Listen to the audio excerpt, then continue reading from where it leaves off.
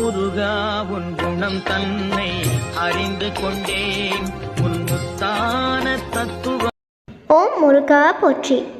என் செல்லமே, ஏன் இந்த மௌனம்? ஏன் என் செல்ல குழந்தை மௌனமாக இருக்கிறாய்?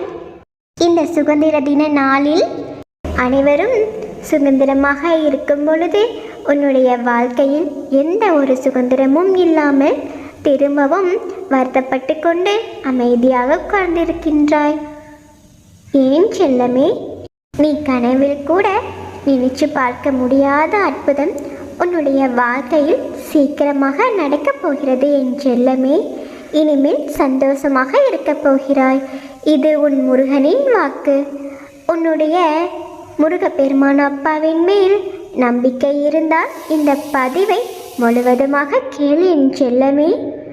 உன்னுடைய மனது எனக்கு புரியாமல் இல்லை. நீ அழுது கொண்டு இருக்கிறது உன் முருகப்பெருமான் அப்பா எனக்கு நன்றாக தெரியும்.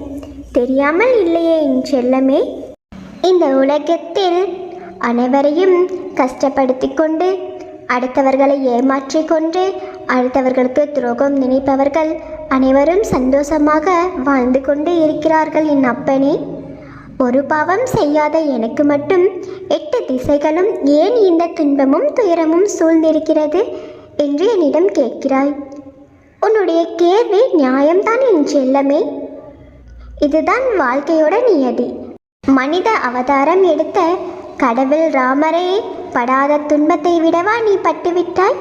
என் செல்லமே, நான் சொல்வது புரிகிறதா? பொய்யே பேசாத. ஹரிச்சந்திரனின் நிலைமை என்னன்னு உனக்கு தெரியுமா என் செல்லமே? நல்லவர்களுக்கு மட்டுமே வரும் சத்திய சோதனை இது. உன் வாழ்க்கையில் அளவு கடந்த வேதனைகளும் வலிகளும் இருக்கிறது என்று எனக்கு நன்றாக தெரியும் என் செல்லமே. நீதான் இந்த முருகப்பெருமான் அப்பாவின் அனுகிரகம் பெற்ற என் செல்ல குழந்தை. உனக்கு அதிகப்படியான சோதனைகள் வந்தாலும் கடைசியில் தோத்து போறதே இல்லையே என் செல்லமே. உலகமே போற்றும் அளவுக்கு வாழ்ந்து காட்டப் போகிறாய். தீயவன் நல்லபடியாக வாழ்ந்தாலும் கடைசியில் அவனுடைய நிலைமை நீ பொறுத்திருந்து பாரு. அன்றைக்கு நீ வாயெடுத்து போய் நிற்கப் போகின்றாய். எல்லாத்தையும் நான் பார்த்து கொண்டுதான் இருக்கின்றேன் என் செல்லமே. உன்னுடைய வலிகளையும் பிரச்சனைகளையும் மறந்துடு என் செல்லமே. கெட்டது எப்போதுமே கடந்து போய்விடும். நல்லது எப்போதுமே நிலைத்து நிற்கும். உன் வருங்காலத்தை எப்படி தீர்மானிக்கிறது என்று எனக்கு நன்றாக தெரியும். நான் இருக்க உனக்கு எதற்கு பயம்? தேவையில்லாமல் கவலைப்பட்டு கொண்டு இருக்காதே என் செல்லமே.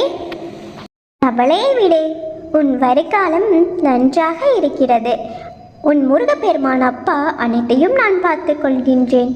சந்தோஷமாக இரு. விரைவில் என்னுடைய அருளால் நீ சந்தோஷமாகவும் நிம்மதியாகவும் உற்சாகமாகவும் எந்த ஒரு நோய் நொடியும் இன்றி சந்தோஷமாக வாழப்போகிறாய். இது உன் அப்பாவின் சத்திய வாக்கு.